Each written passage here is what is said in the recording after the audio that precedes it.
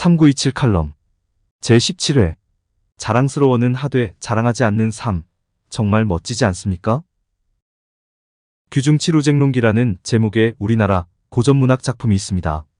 규중마님, 즉 안방마님들이 바느질하거나 옷을 만들 때 꼭 필요한 7가지 도구들을 의인화하여 서로가 잘났다고 다투는 내용을 풍자한 고전문학 작품입니다. 우선 척 부인이라는 이름의 자가 등장합니다. 척 부인은 자기가 없으면 어떤 옷감도 잴 수 없으므로 자기 없이는 옷을 만들 수 없다고 자랑합니다. 그러자 교두각시라는 이름의 가위가 아무리 자가 잘 재더라도 가위로 옷감을 자르지 못하면 결국 못 써먹는다고 하면서 자기가 최고라고 자랑합니다. 자와 가위의 자랑을 보다 못한 새여 각시라는 이름의 바늘은 구슬도 꿰어야 보배라고 하면서 구슬을 꿰 수 있는 자기가 최고라고 자랑합니다. 그러자 청홍각시라는 이름의 실이 등장하여 실이 없으면 바늘도 아무짝에도 소용없다고 하며 자기가 최고라고 자랑합니다. 그러자 감토할미라는 이름의 골무가 등장해서 실인 청홍각시에게 바늘이나 따라다니는 주제에 감히 어디를 나대느냐고 핀잔을 주면서 안방마님의 손가락을 상하지 않도록 보호하는 자기가 최고라고 자랑합니다.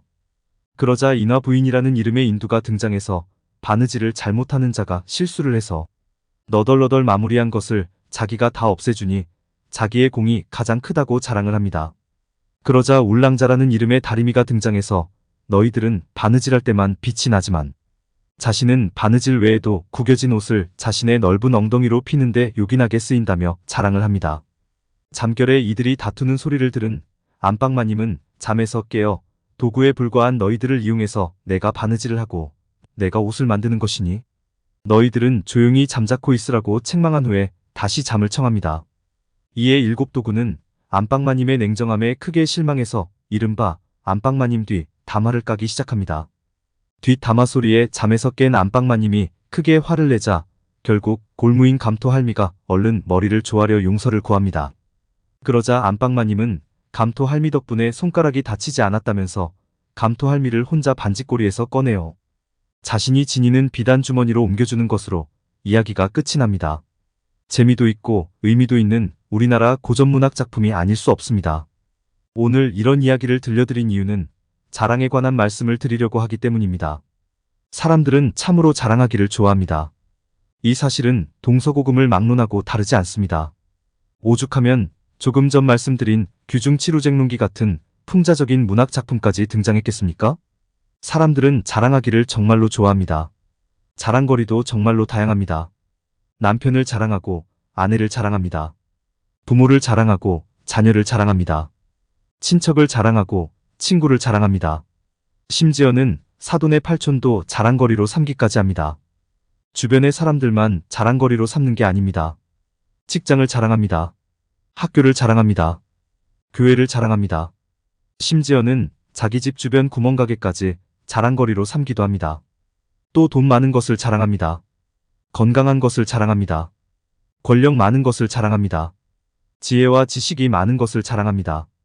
노래 잘하는 것을 자랑하고 그림 잘 그리는 것을 자랑하고 요리 잘하는 것을 자랑하고 축구 잘하는 것을 자랑하고 야구 잘하는 것을 자랑합니다.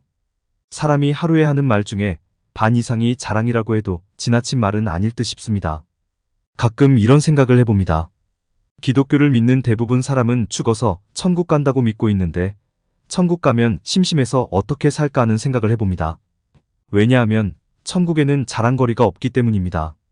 자랑거리가 있다는 것은 더 좋고 더 못함에 비교가 있다는 의미인데 비교가 있는 곳은 이미 천국이 될 수 없기에 천국은 참으로 조용하고 천국은 참으로 심심한 거라고 생각을 해봅니다. 지금 우스갯소리로 천국은 자랑이 없는 곳이라고 말씀을 드렸지만 사실 이 말씀은 아주 의미심장한 말씀입니다. 반대로 말씀을 드리자면 자랑이 넘치는 곳은 지옥과 같은 세상이라는 의미이고 지금 우리가 살아가고 있는 이 세상이 바로 지옥이나 다름없는 세상이라는 말씀이기 때문입니다. 자랑이 넘치면 왜 지옥과 같은 세상인지 그 이유를 말씀드려 보겠습니다. 우선 자랑을 하는 사람 스스로 우스운 존재가 되기 마련입니다. 예를 들어 자녀가 공부를 잘해서 서울대학교에 들어갔다고 가정해 보겠습니다. 대부분 부모는 이것을 가지고 엄청나게 자랑할 것입니다. 자기 자녀가 최고라고, 자기 자녀가 효도했다고 동네방네 떠들고 다닐 것입니다. 그것까지는 좋습니다. 그런데 서울대학교에 들어간 그 자녀가 항상 자랑거리로 남아있을까요? 그렇지 않습니다. 살다 보면 어떤 변화가 생길지 모르는 게 사람의 인생입니다. 남들보다 건강이 안 좋을 수도 있고, 남들보다 좋은 직장을 구하지 못할 수도 있고, 남들보다 불행한 결혼을 할 수도 있습니다. 이럴 때도 우리 자녀가 최고라고, 우리 자녀가 효자, 효녀라고 자랑을 할 수 있을까요? 할 수 없을 것입니다. 또 남편이 사업이 잘 돼서 돈을 많이 벌었습니다. 대부분 아내는 이것을 가지고 엄청나게 자랑할 것입니다. 우리 남편이 최고라고 자랑을 할 것입니다. 그런데 어느 날 그 남편이 바람이 났습니다. 어느 날 그 남편의 사업이 기울기 시작했습니다. 어느 날 그 남편이 과로로 쓰러졌습니다. 이럴 때도 우리 남편이 최고라고 자랑을 할 수 있을까요? 할 수 없을 것입니다. 사람의 인생이란 게 참으로 다양한 변화를 보입니다. 자랑거리가 하루아침에 근심거리로 변하는 게 사람의 인생입니다. 그래서 자랑을 하는 사람이 졸지에 우스운 사람으로 변할 수도 있고, 그래서 자랑이 넘치는 세상은 지옥 같은 세상이 되기도 하는 것입니다. 자랑이 넘치면 왜 지옥과 같은 세상인지 그 두 번째 이유를 말씀드려 보겠습니다. 자랑이 넘치면 사람과 사람과의 관계가 깨지게 마련이고, 사람과 사람과의 관계가 졸지에 원수 관계로 변할 수도 있기 때문입니다. 성경에 대표적인 예가 있습니다. 사람들은 창세기에 나오는 요셉을 흔히 꿈의 사람이라고 말을 하곤 하지만 저는 요셉을 자랑의 사람이라고 말을 합니다. 왜냐하면 아버지 야곱의 특별한 사랑을 받았던 요셉은 다른 형제들 앞에서 꿈 자랑을 하다가 죽을 위기를 맞았기 때문입니다. 요셉은 형제들의 곡식단이 자기의 곡식단을 향해 절을 하는 꿈, 해와 달과 11개의 별이 자기를 향해 절을 하는 꿈 자랑을 형제들에게 합니다. 이 꿈 자랑을 듣고 좋아할 사람은 아무도 없습니다. 가뜩이나 아버지 야곱의 차별적인 사랑을 독차지하며 꼴도 보기 싫은 사람이 요셉이었는데 이참에 요셉을 죽이고자 하는 도모를 하게 되는 것입니다. 자랑으로 인해 형제들 사이의 관계가 원수 관계가 되고 형제가 형제를 죽이고자 하는 시도를 하게 되는 것입니다. 이런 세상이 지옥과 같은 세상이 아니면 과연 무슨 세상이겠습니까? 하나님께서 요셉을 도와주셨기에 망정이지 하나님마저 요셉을 외면해버렸다면 요셉은 총리가 되기는커녕 일찌감치 죽음을 맞이했을 것입니다. 이처럼 자랑은 자랑을 하는 사람에게도 좋지 않은 결과를 가져다주고 자랑을 들은 사람과의 관계에도 좋지 않은 영향을 미치게 마련입니다. 한마디로 자랑으로 인하여 우리 사회에 시기와 다툼, 갈등과 분열이 일어나는 것입니다. 자랑은 우리 사회를 병들게 하는 아주 악한 요소입니다. 성경에도 보면 자랑을 경계하는 내용이 있습니다. 에베소서 2장 8절로 9절 너희는 그 은혜에 의하여 믿음으로 말미암아 구원을 받았으니 이것은 너희에게서 난 것이 아니요 하나님의 선물이라. 행위에서 난 것이 아니니 이는 누구든지 자랑하지 못하게 함이라라고 기록하고 있습니다.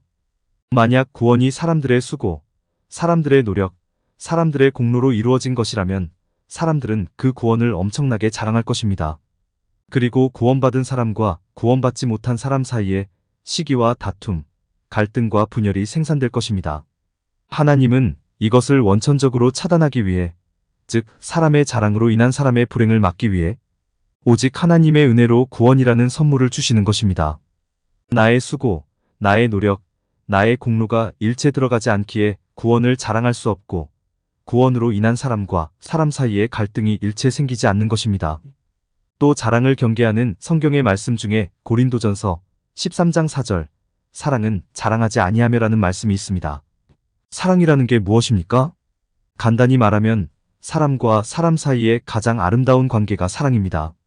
즉 사람과 사람과의 관계가 사랑의 관계로 맺어지고 사랑의 관계로 유지되려면 자랑이라는 것을 하지 말아야 한다는 의미입니다. 자랑은 우리 사회를 병들게 하는 아주 악한 요소이기 때문입니다. 이런 말씀을 드리면 그럼 자랑거리가 없는 삶을 살면 되겠네요? 아예 실패하는 삶을 살면 되겠네요? 라고 하실 분들이 혹시 계실지도 모르겠습니다. 저는 결코 그런 말씀을 드리는 것이 아닙니다. 저는 이 영상을 보시는 분들 모두에게 자랑거리가 정말로 풍성하게 넘쳤으면 좋겠습니다. 주변의 사람들이 모두 탁월해서 자랑거리가 되었으면 정말로 좋겠고 여러분의 가정과 직장과 사업장에도 항상 복이 흘러넘쳐서 자랑거리가 되었으면 정말로 좋겠습니다. 돈과 권력도 많고 지혜와 지식도 많고 능력과 재주도 많아서 그런 것들이 풍성한 자랑거리가 되었으면 정말로 좋겠습니다. 여러분들이 소유하고 있는 모든 것들에 대해 자랑스러워 하셨으면 정말로 좋겠습니다. 그러나 자랑은 하지 않으면 정말로 좋겠습니다. 자랑스러워는 하되 자랑은 하지 않으면 정말로 좋겠습니다. 자랑하는 대신 그 자랑거리를 남에게 나누어 줄 수 있는 분들이면 정말로 좋겠습니다. 이런 삶이 얼마나 멋진 삶입니까? 언제 어떻게 변할지 모르는 자랑거리에 집착하며 그것을 자랑하는 삶보다 그 자랑거리를 아무것도 아닌 양력이며 오히려 이웃에게 나누어주는 삶, 얼마나 멋진 삶입니까? 그런 사람들이 하나 둘씩 늘어날 때 우리 사회는 더욱 건강하고 행복해질 것이고 천국이 한 발자국 두 발자국 가까워진다고 믿습니다. 공감이 되었다면 구독과 좋아요, 알림 설정 부탁드립니다.